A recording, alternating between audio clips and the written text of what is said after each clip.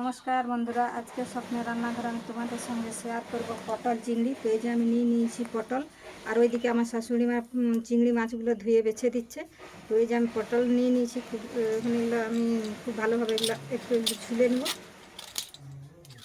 আচ্ছা বন্ধুরা, এই যে চিংড়ি মাছ, এই আমার শাশুড়ি মা ধুয়ে মেখে নুন হলুদ মাখিয়ে দিয়েছে, ধুয়ে বেছে। এরপর আমি এটা ভেজে নেবো। এই যে তাতে আমি তেল দিয়ে দিলাম, যে তেল দিয়ে দিয়েছি। আমি চিংড়ি মাছটা খুব সুন্দর লাল লাল করে ভেজে নিয়েছি, আর ভাজাও হয়ে গেছে। এরপর এটা আমি তুলে নেবো। এরপর পটলগুলোও একটু ভেজে নেবো। দিয়ে যে আমি আবার একটু তেল দিয়ে দেবো।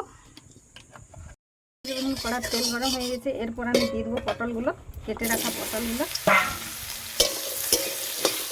একটু ভেজে নেবো। আমি একটু নুন দিয়ে দেবো,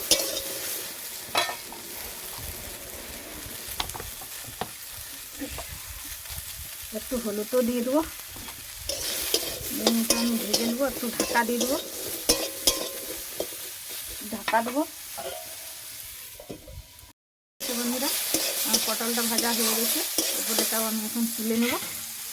আমি আবার তেল দিয়ে দিলাম।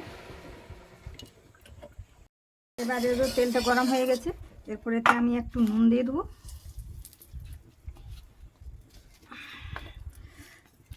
দিয়ে দিচ্ছি একটা কাঁচা লঙ্কা, একটা শুকনো লঙ্কা, দিয়েছে দুটো তেজপাতা, আর দিয়ে দিলাম গোটা জিরা। এটা একটু আমি ভেজে নেব। দিয়ে দিচ্ছি যে পেঁয়াজ কুচি, এটা আমি ভালোভাবে ভেজে নেব। দিচ্ছি 1 চামচ আদা, আর 1 চামচ রসুন, দিয়ে দিচ্ছি 1 চামচ জিরা। এটা আমি একটু আরও ভালোভাবে ভেজে নেব।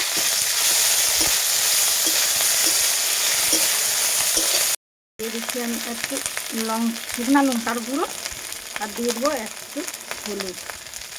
এটাকে আমি মশলার সঙ্গে ভালোভাবে ভেজে নেব।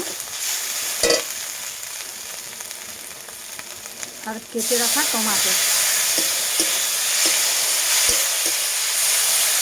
আমি সব কিছু নুন দিয়ে ভেজে নিয়েছি। এরপর আমি টমাটোটা সেদ্ধ হওয়ার জন্য একটু নুন দিয়ে দেবো। এটাকে আমি ভালোভাবে একটু ভেজে নেব। দেখতে পাচ্ছি বন্ধুরা, মশলার সঙ্গে আমি টমাটোকে ভেজে নিয়েছি, আর টমাটোও গলে গেছে। আর আমি টমাটোটা খুব ছোটো ছোটো করে কেটেছি না। এখন আমি খুব ভেজে রাখা পটলগুলো দিয়ে দেবো। এটাকে ভালোভাবে আমি মশলার সঙ্গে কষে নেব। আর নুনটা আমি আগেই দিয়েছি, এখন আর আমি নুন দেবো না, পরে একটু দেখে শুনে নুন দেবো। এটা আমি ভালোভাবে কষে নিয়েছি। এরপর আমি জল দেবো। সেই মশলা ধোয়া জলটাকে দিয়ে দিলাম। আমি আর একটু জল দেবো। আমি আর একটু জল দিয়ে দিচ্ছি। এটাকে এবার আমি একটু ঢাকা দেবো। দেখি পটলটা আর একটু সিদ্ধ হবে, তার জন্য আমি একটু ঢাকা দিয়ে দিচ্ছি। তো এই যে দেখতে পাচ্ছি বন্ধুরা, পটল সিদ্ধ হয়ে এসছে, সব হয়ে গেছে। এরপর আমি মাছগুলো দিয়ে দেবো।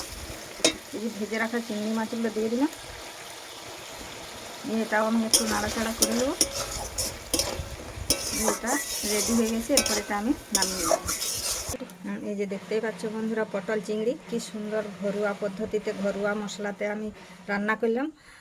তোমরাও এইভাবে বাড়িতে রান্না করবে, দেখবে খুব সুন্দর লাগবে। আর যদি আমার এই রান্নাটা তোমাদের ভালো লেগে থাকে, একটা লাইক, একটা সাবস্ক্রাইব করবে।